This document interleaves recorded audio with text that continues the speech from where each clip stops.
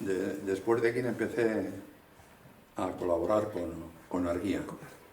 Entonces, y ahí sigo, hago todas las semanas una columna semanal, que lógicamente yo no escribo en euskera más que hablo, pero otra cosa es escribir ya para una revista, pues es mucho más serio, ¿no? Entonces, a ellos les interesa esa columna.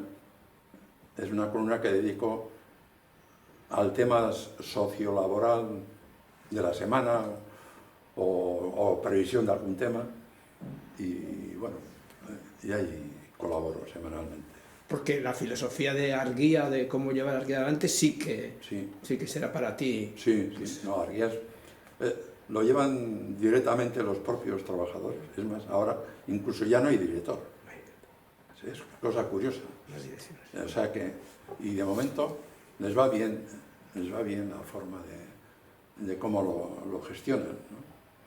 Sí, es gente muy joven.